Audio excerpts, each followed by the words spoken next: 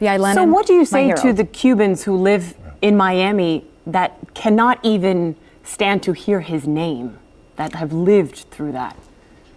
I don't argue with people who aren't open to a discussion of how can we draw lessons from the Cuban Revolution. But those are national issues. But I can tell you, in a community that is made up mostly of Cuban Americans who had to flee Castro's regime, that's probably not a good way to win over their vote. Would you not argue? Well, I would tell you this. For the city of Miami? This is what I would I get that question, not like that, but similar, like you're a socialist. You know, how is that? Correct. How are people going to respond?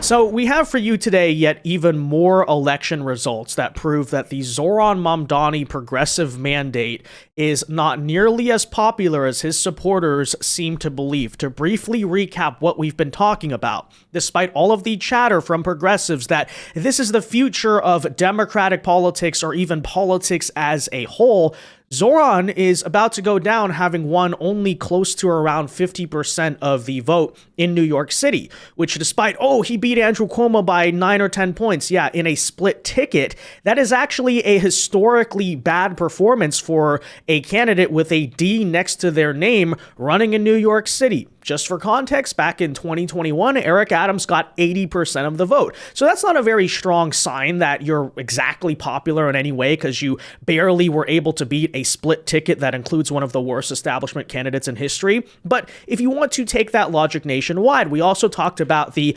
electoral performance of Omar Fattah. That is the guy who has been deemed the Mamdani of the Midwest, who got destroyed by about 10 points against what is actually an unpopular incumbent mayor in Jacob Fry. But again, why is that? Because this stuff is not that popular. If in deep blue cities you either struggle and have to get lucky like Zohran or outright are losing elections, what exactly makes these progressives think that they're gonna run these successful primary challenges against all of the swing district Democrats in 2026 and then try to flip the House in the general election? It's not looking all that good. Well, that said, today I want to tell you about two less talked about mayoral election results in Miami, Florida, and even Seattle, Washington, right? The capital of Antifa themselves, where yet again, these progressive candidates, without having Andrew Cuomo to run against, outright lost and in some cases kind of got destroyed. So again, progressives, and by the way, to all the people who say,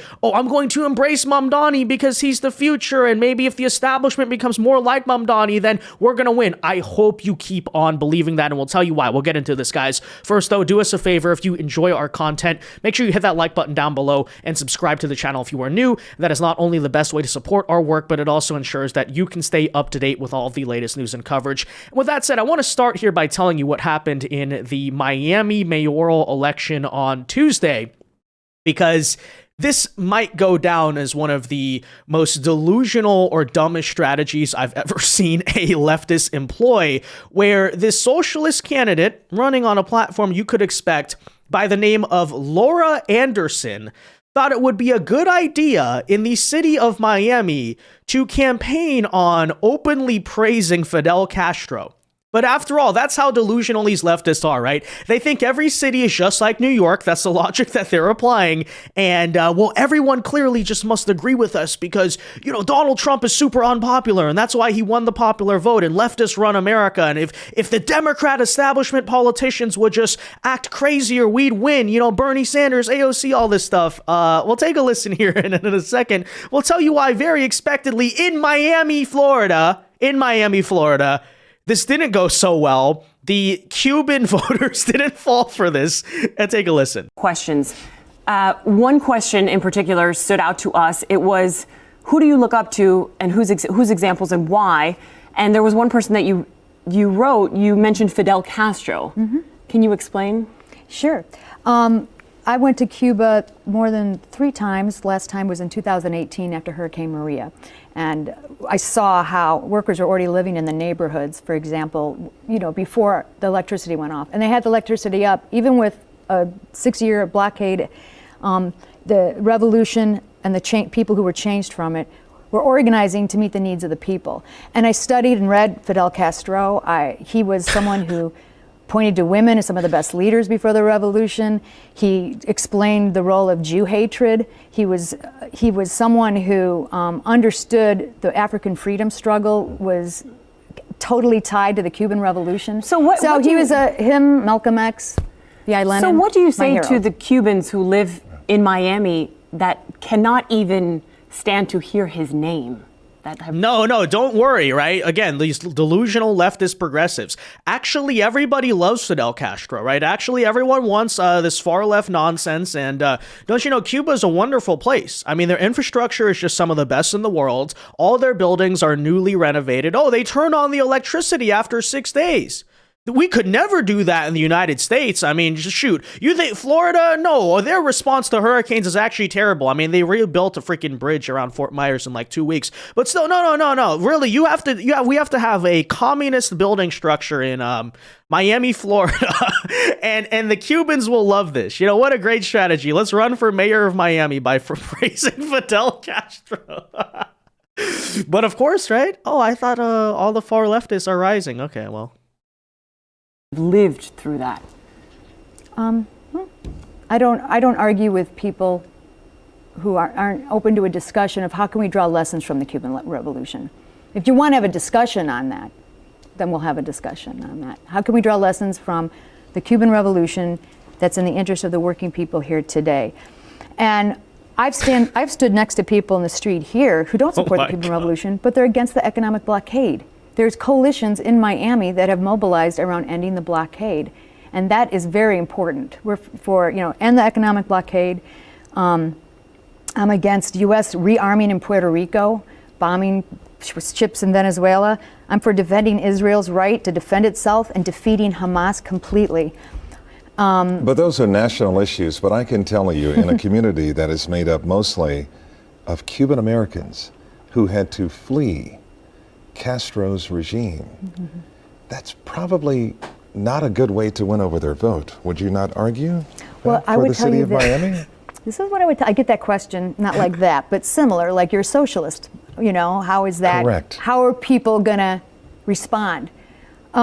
Most working people, not just here in Miami, in the United States, they want to talk about the unemployment, the cost of living. Their son committed suicide. Their neighbor lost their home. Correct. Their coworkers are disappearing on the job. Okay. Most huge percent don't vote. And you're talking about Fidel Castro. I mean, that seems very smart. By the way, apparently she's pro-Israel, but also pro-Fidel Castro. I don't know how that even makes any sense, but okay. I guess you want to win the Jewish vote, which is not really in the city of Miami. It's more like Fort Lauderdale, Boca Raton, but you're going to appeal to them. Like the majority population of Miami City itself. I love Fidel Castro, but no, then she plays the Mamdani card. This is actually exactly what Mamdani did. Hey, I spent years advocating for communism, but listen, I'm just running a common sense working man's campaign on affordability. Well, okay, let's see how this is going then. Anymore, and they're sick of lesser evilism, lesser evil politics. So they're not, and the doors aren't, people, maybe someone who, like you said, thinks the way is vehemently against Fidel and doesn't want to have a discussion, okay, that's fine. I don't think it's up for discussion, Ms. Anderson, in Miami or in Miami-Dade County. There is no doubt that for some that could be political suicide to talk about Castro and to say that he's your hero.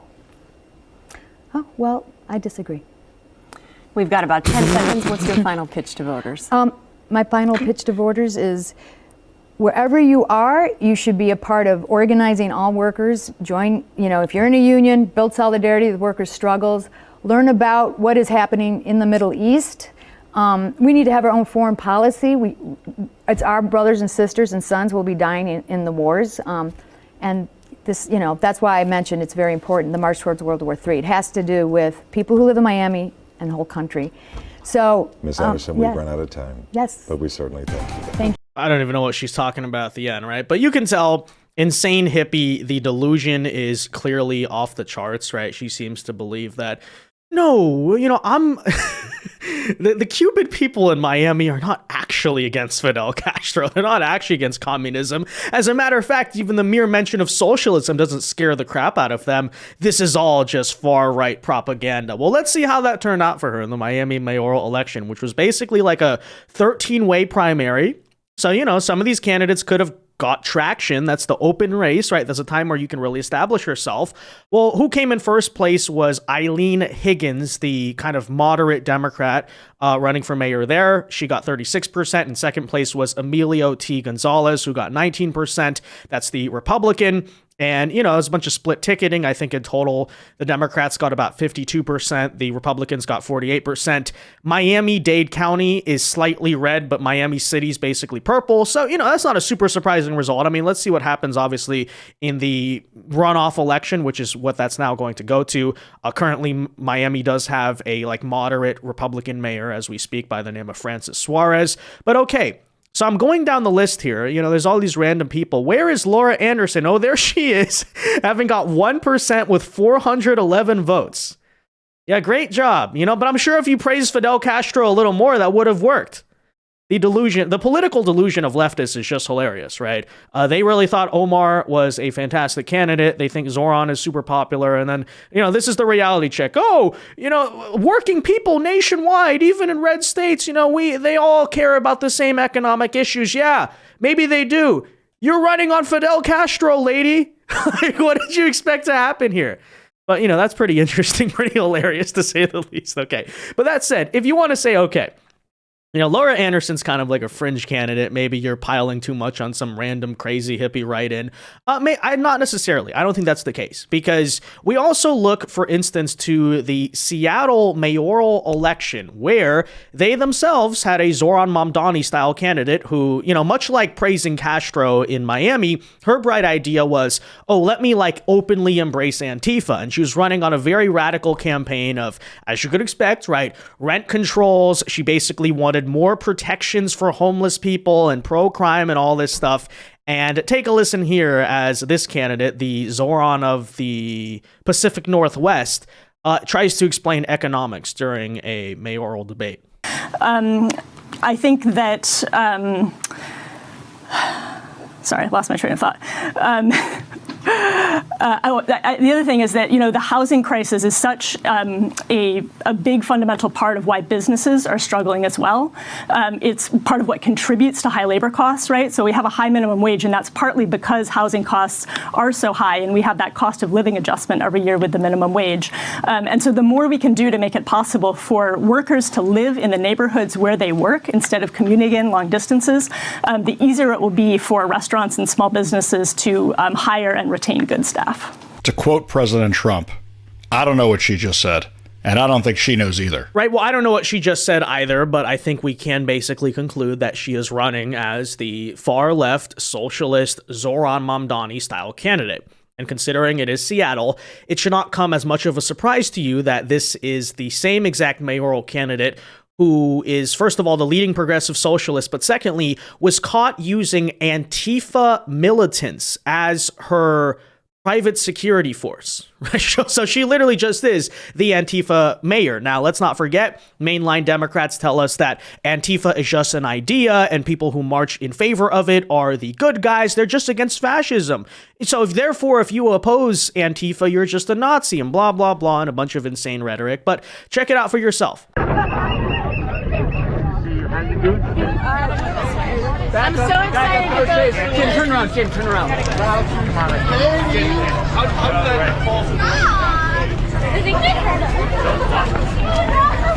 Hey, back up. Don't give her space. I didn't touch you. Don't touch me. Don't touch me. Don't touch me. Don't touch me. Do not touch me. Do not touch me. He is a mayoral candidate. She's holding a small child. Don't touch Jonathan. Don't touch him. Man or woman. Do you feel it's appropriate? I appreciate that. Protected by the trans mafia. To harass a woman while she's holding her small child. Answer yes or no. Does that question make you uncomfortable? Look at these guys. Look at these guys hounding them. Look at this. All right, so basically, guys, come on. Come on. Leave him alone. Leave him alone. Harass a woman while she holds her child. Leave Jonathan alone. Don't touch him. Don't touch him. that too, He's right buddy. there. That's Jonathan Cho. He's a legend. Sound like an asshole to me. He's a legend. I mean, yeah, that's completely normal behavior. Clearly, these people are peaceful protesters, and it's completely normal for a rather mainstream political figure, at least on the local level, to be having these types of people run around and harass random journalists who are just trying to film or photograph her while she's in public, which is a fairly standard thing for a politician to do. But you could basically expect how it would go if she was elected as the mayor into office, right? You know, I guess this is how it's going to work. Antifa is going to be the ones all protecting her. And, you try to ask her a sincere question about, hey, why are you giving fentanyl needles out to all the homeless people and why are the taxpayers paying for it? You know, that's what Antifa's going to be like, get the F out of here, you fascist, you Nazi, But after all, as you could basically expect, are you seeing something of a common theme here?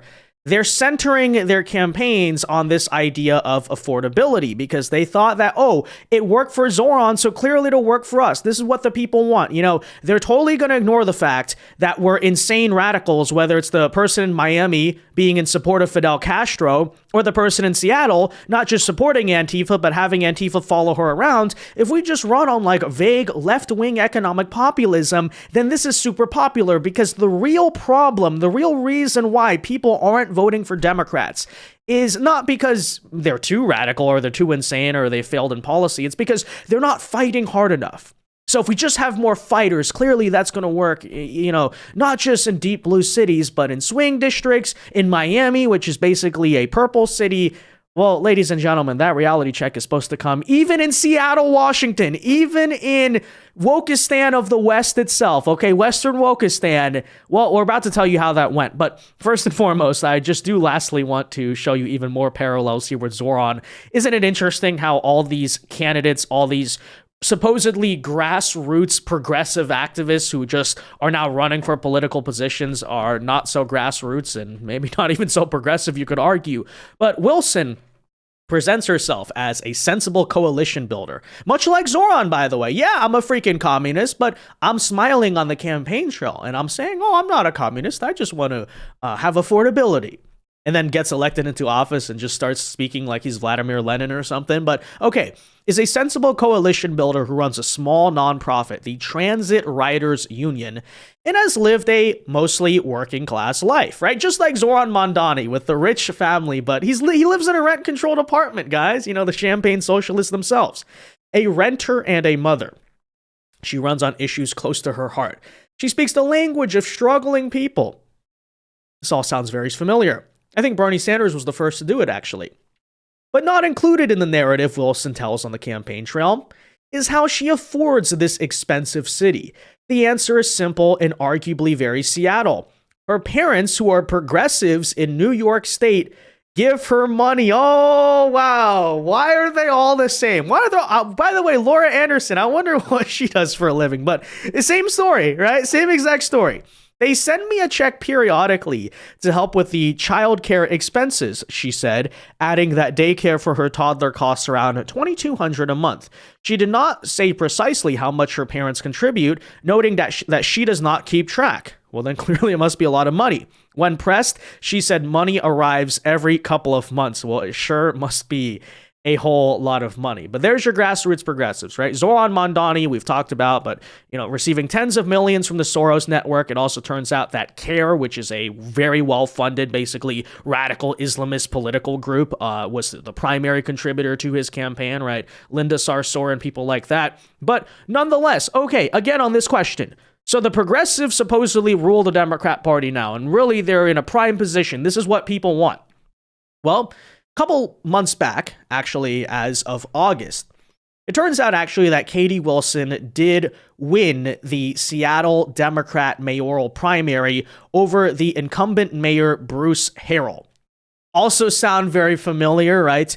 This happened by a pretty wide margin of 50.9% to Bruce, only getting 41.3%. Worth noting too, given the state of Seattle, you have to imagine that the incumbent mayor is not the most popular man in the United States. But that said, okay, so Katie Wilson's writing, hi, see, this is yet more proof. Don't mind the fact that it's Seattle, right? Totally far left, insane communist city already. But she won by 10 points. Okay, the progressives are taking over. Well, last night we had the general election for the Seattle mayorship, and kind of like Andrew Cuomo here, Bruce Harrell decided to run for the re-election campaign there. And guess what has happened? Well, apparently this race has yet to be called because there's a bunch of mail-in ballots that remain to be counted. I mean, very Seattle, very Democrat of them. But as we currently speak, and you can see Bruce Harrell, the incumbent this time around, now that it's a, guess what, general election progressives, okay? It's not just your little echo chamber, your little bubble of Democrat voters, of No Kings activists, of the YDSA basically controlling the entire electorate. Guess what happens essentially when you have to take the message to normal people, however many of them are left in Seattle? Well, as a result, the unpopular incumbent, I would add, right, not a political dynamo, but the unpopular incumbent is currently destroying Katie Wilson by a margin of over 8 points just after he lost the Democrat primary. This is the current margin, 53.8% for incumbent Bruce Harrell, 45.7% for the progressive Katie Wilson. So to recap there, from the ones I've kind of paid attention to so far, I mean, the progressives basically took a loss, actually, in every single city besides New York, which, again, Zohran had a lot of benefits working for him, whether it's a split ticket or whether it's Andrew Cuomo being a terrible and unpopular guy, and obviously all the hype around him. And even then, right, struggling, barely clearing 50%. Maybe in the end, when votes are all counted, it could be less than 50. We don't really know. Doesn't really matter, right? And everywhere else, these Zohran Mamdani-style candidates are getting destroyed. In Minneapolis, Omar Fateh lost that election. In Miami, I mean, it was comical, right? Only got a couple hundred votes, which, by the way, I like to point out, maybe is a prime example of how this would actually go in a midterm or even national election, right? Because so far, we're talking about super far left strongholds, whether that's New York or Minneapolis or Seattle, obviously. But Miami, Florida, again, the city is purple, the county is slightly red, to me actually stands as kind of a test case in terms of how that might work in, say, a purple congressional district in 2026, right? Is that fair? I think that makes sense, right? My logic equates there. And your beloved progressive candidate got 400 votes. 400 votes.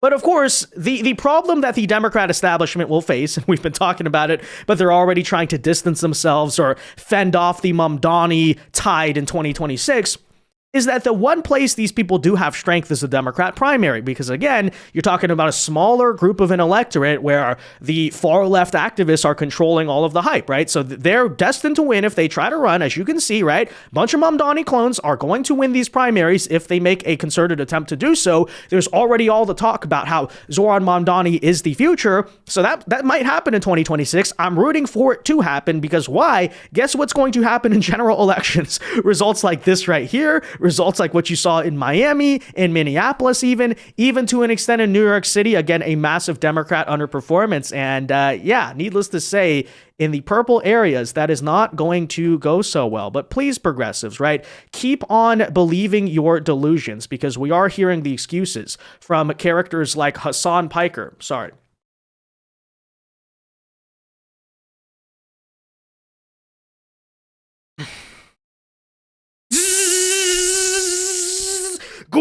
Good. Oh no, Kaya, please save me, Darth Trump. You will be deported. No, I denaturalize and deport you, Hassan Piker. I fell off the Death Star.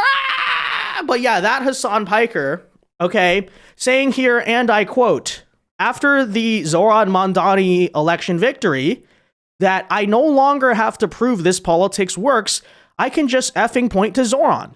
Right? So that's what these progressives actually believe because we got barely 50% in New York City. Clearly, this is working nationwide, despite all the proof that all these people are freaking losing. What do I want to do? I don't even know. I don't even know what to say. I feel amazing. I just... a burden has been lifted off my shoulders. I no longer have to prove that this kind of politics works. I can just point the fucking Zohran. That's how I feel. Whenever Democrats come to me and they say, oh, let's do an autopsy of why this election turned south, why that election turned south, why did the Democrats keep losing? I can just go, that's why. Actually, Hassan, that's not true, because when you look at the nationwide results, the progressives did really poorly. Shut up, Kaya! just a vibrating collar.